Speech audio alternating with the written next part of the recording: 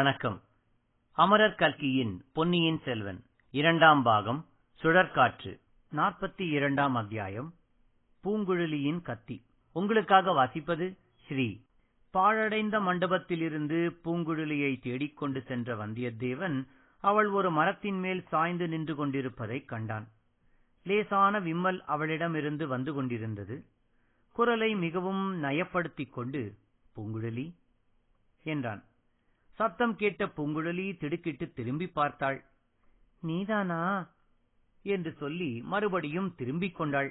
நான்தான். என் பேரில் உனக்கு என்ன கோபம்? உன் பேரில் எனக்கு எந்தவித கோபமும் இல்லை. பின்னே ஏன் உனக்கு இவ்வளவு சிடுசிடுப்பு? எனக்கு ஆண் பிள்ளைகளைக் கண்டாலே பிடிக்கவில்லை. இளவரசரை கூடவா? பூங்குழலி திரும்பி கண்களில் கனல் எழும்படி வந்தியத்தேவனை பார்த்தாள். ஆமாம் ஆமாம், அவரைத்தான் முக்கியமாக பிடிக்கவில்லை என்றாள். அப்படி அவர் என்ன குற்றத்தை செய்துவிட்டார்? என்னை அவருக்கு ஞாபகமே இல்லை. என்னை அவர் முகமெடுத்துக் கூட பார்க்கவில்லை. உன்னை அவருக்கு நன்றாய் ஞாபகம் இருக்கிறது. நான் உன்னை பற்றி கூறியதும், ஓ, சமுத்திரகுமாரியை எனக்கு தெரியாதா என்றார். பொய் சொல்லுகிறாய். நீ ஏன் நேரில் வந்து கேட்டுக்கொள். என்னை நினைவிருந்தால் ஏன் என்னிடம் ஒரு வார்த்தை கூட பேசவில்லை? அவர் பேசினார். நீதான் மறுமொழி சொல்லாமல் ஓடி வந்து விட்டாய். அந்த மாதிரி பேச்சை நான் சொல்லவில்லை. தெரிந்தவர்களை பார்த்தால் என்ன ஏது என்று விசாரிப்பது கிடையாதா? நீ சொல்லுவது பொய். அவர் என்னை முகமெடுத்தே பார்க்கவில்லை. பூங்குழலி, அதற்கு ஒரு காரணம் இருக்கிறது. என்ன காரணம்? இளவரசருக்கு இப்போது ரொம்ப கஷ்டகாலம். யார் சொன்னது? எல்லா ஜோசியர்களும் சொல்லி இருக்கிறார்கள். குழந்தை ஜோதிடர் என்னிடமே சொன்னார். உன்னிடம் என்ன சொன்னார்?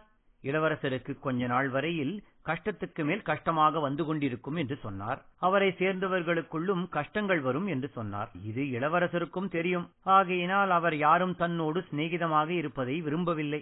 தனக்கு வரும் கஷ்டம் தன்னோடு போகட்டும் என்று நினைக்கிறார். நீ மட்டும் ஏன் அவரோடு சிநேகமாய் இருக்கிறாய்? நீ சற்று முன் பார்க்கவில்லையா? என்னையும் சண்டை பிடித்து துரத்த அவர் பிரயத்தனப்படுகிறார். நடுச்சாலையில் ஒரு காரணமும் இல்லாமல் அவர் என்னோடு கத்தி சண்டை போட்டார். நீங்கள் வந்ததினால் சண்டை நின்றது. அவர் துரத்தினாலும் நீ அவரை விட்டு போக மாட்டாயா? மாட்டவே மாட்டேன். அவருக்கு வரும் கஷ்டங்களை எல்லாம் நானும் பகிர்ந்து அனுபவிப்பேன். அவரை உனக்கு அவ்வளவு பிடித்திருக்கிறதா? ஆமாம், ரொம்ப ரொம்ப பிடித்திருக்கிறது. எதனால் பிடித்திருக்கிறது? காரணம் சொல்ல தெரியாது. அவரை பார்த்தவுடனே அவர் பேரில் பிரியம் ஏற்பட்டு விட்டது. எனக்கும் அப்படித்தான் என்றாள் பூங்குழலி. உடனே தான் அவ்விதம் திறந்து சொல்லிவிட்டதை பற்றி வருந்தி உதட்டை கடித்துக் கொண்டாள். உனக்கு இளவரசரிடம் பிரியம் என்று எனக்கு தெரியும். ஆகையினால் உன்னை அழைத்து போக வந்தேன். என்னுடன் வா.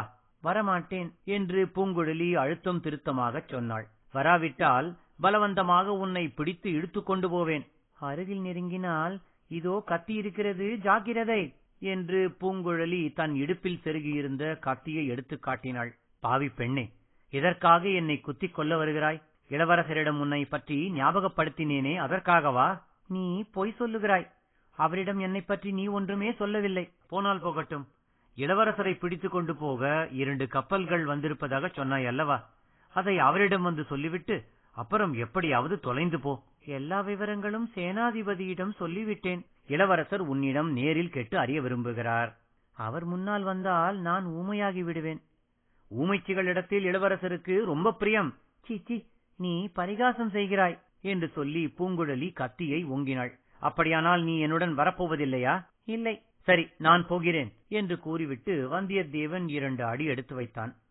மறுபடியும் சட்டென்று திரும்பி பூங்குழலியின் கையிலிருந்த அவளுடைய கத்தியை பிடுங்கி வீசி எறிந்தான். வீசி எறிந்த கத்தி வெகு தூரம் சுழன்று சுழன்று ஓர் அடர்ந்த புதரில் விழுந்தது. கத்தி விழுந்த இடத்திலிருந்து வீல் என்று ஒரு குரல் கேட்டது. அது மனித குரலா, ஏதேனும் ஒரு விலங்கு அல்லது பட்சியின் குரலா என்று தெரிந்து கொள்ள முடியவில்லை. கத்தியை பிடுங்கியதும் வந்தியத்தேவனை கடுங்கோபத்துடன் பார்த்த பூங்குழலி மேற்கூறிய சத்தத்தை கேட்டதும் கத்தி விழுந்த இடத்தை ஆர்வத்துடன் நோக்கினாள். பிறகு இருவரும் வியப்புடன் ஒருவரையொருவர் பார்த்து கொண்டார்கள். மெல்ல மெல்ல நடந்து கத்தி விழுந்த இடத்துக்கு அருகிலிருந்த புதரை நோக்கி பார்த்தார்கள். செடிகளிலும் தரையிலும் புது ரத்தம் சிந்தியிருந்தது. மற்றபடி அங்கு மனிதரும் இல்லை, விலங்கும் இல்லை. பூங்குழலியின் கத்தியையும் காணவில்லை. பார்த்தாயா பூங்குழலி, நான் கூறியதன் உண்மை இப்போதாவது தெரிகிறதா? இளவரசரை நாலா பக்கமும் அபாயங்கள் சூழ்ந்திருக்கின்றன. எந்த நேரத்தில் எந்த இடத்திலிருந்து எப்படிப்பட்ட அபாயம் வரும் என்று சொல்ல முடியாது. தற்செயலாக உன்னுடைய கத்தியை பிடுங்கி நான் விட்டெறிந்தேன். அதிலிருந்து இங்கே யாரோ பதுங்கிக் கொண்டிருந்தது தெரிய வந்தது. எதற்காக பதுங்கியிருக்க வேண்டும் என்று நீயே யோசித்துப் பார். இளவரசரை சமயம் பார்த்து தீர்த்து கட்டுவதற்காகத்தான். கோடிக்கரைக்கு நான் வந்ததற்கு முதல் நாள் 2 பேரை உன் அண்ணன் படகேற்றி அழைத்துப் போனதாகவும் அவர்களைப் பற்றி உனக்கு சந்தேகம் தோன்றியதாகவும் சொல்லவில்லையா? அதை ஞாபகப்படுத்திக் கொள். இப்படிப்பட்ட சமயத்தில் இளவரசரிடம் பிரியமுள்ளவர்கள் அவரை விட்டு போகலாமா என்று வந்தியத்தேவன் மூச்சு விடாமல் பேசி நிறுத்தினான். அவர் என்னை போகச் சொன்னால் என்ன செய்வது என்று பூங்குழலி கேட்டாள். அவர் போகச் சொன்னாலும் நாம் போகக்கூடாது. பூங்குழலி சற்று யோசித்துவிட்டு, இங்கே பதுங்கியிருந்தது யார் என்று கண்டுபிடிக்க வேண்டாமா என்றாள். அது நம்மால் முடியாத காரியம். இந்த அடர்ந்த காட்டில் எங்கே என்று தேடி கண்டுபிடிப்பது? அதிக நேரம் தாமதித்தால் இளவரசருக்கு உண்மையாக கோபம் வந்துவிடும். நம்மை விட்டுவிட்டு எல்லாரும் போய்விடுவார்கள். பேசாமல் என்னுடன் வா. சரி, வருகிறேன் என்று பூங்குழலி கூறினாள். மண்டபத்தில் இருந்தவர்கள் வந்தியத்தேவனும் பூங்குழலியும் அருகில் வந்ததும் முதலில் மேற்படி சம்பவத்தை பற்றியே கேட்டார்கள். எதற்காக கத்தியை எறிந்தாய்? வீல் என்ற சத்தம் கேட்டதே, அது என்ன சப்தம் என்று வினவினார்கள். புதரில் ஏதோ ஒரு மிருகம், சிறுத்தையோ அல்லது நரியோ பதுங்கியிருந்தது போல் தோன்றியது. அதனால் இவளுடைய கத்தியை பிடுங்கி வீசி எறிந்தேன். கிட்ட போய் பார்த்தோம், ஒன்றுமில்லை என்றான் வந்தியத்தேவன். அது போனால் போகட்டும், இந்த பெண்ணிடம் கேட்க வேண்டியதை கேளுங்கள் என்றார் சேனாதிபதி. பூங்குழலி வந்ததிலிருந்து இளவரசரையே பார்த்துக் கொண்டிருந்தாள். இளவரசர் அப்போது அவளை ஏறிட்டு பார்த்தார். சீச்சி, இந்த நெஞ்சு எதற்காக இப்படி அடித்துக் கொள்கிறது? தொண்டையில் வந்து ஏதோ அடைக்கிறதே, அது என்ன? கண்ணில் எதற்காக கண்ணீர் தழும்புகிறது? அசட்டு பெண்ணே, உன் தைரியம் எல்லாம் எங்கே போயிற்று? அலைகடலையும் பெரும் புயலையும் கண்டு கலங்காத உன் உள்ளம் ஏன் இப்போது இப்படி தத்தளிக்கிறது?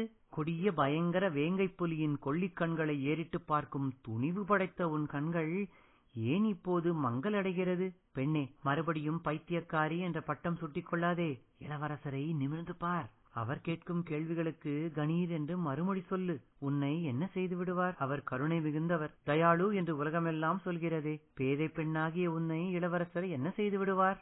சமுத்திரகுமாரி, என்னை உனக்கு நினைவிருக்கிறதா என்று அவர் கேட்டது ஆழ்கடலின் அடியிலிருந்து வரும் குரல் போல் அவள் காதில் விழுந்தது. இத்துடன் 42ஆம் அத்தியாயம் பூங்குழலியின் கத்தி நிறைவடைகிறது. மீண்டும் அடுத்த அத்தியாயத்தில் சந்திக்கும் வரை உங்களிடம் இருந்து விடைபெறுவது ஸ்ரீ. நன்றி, வணக்கம்.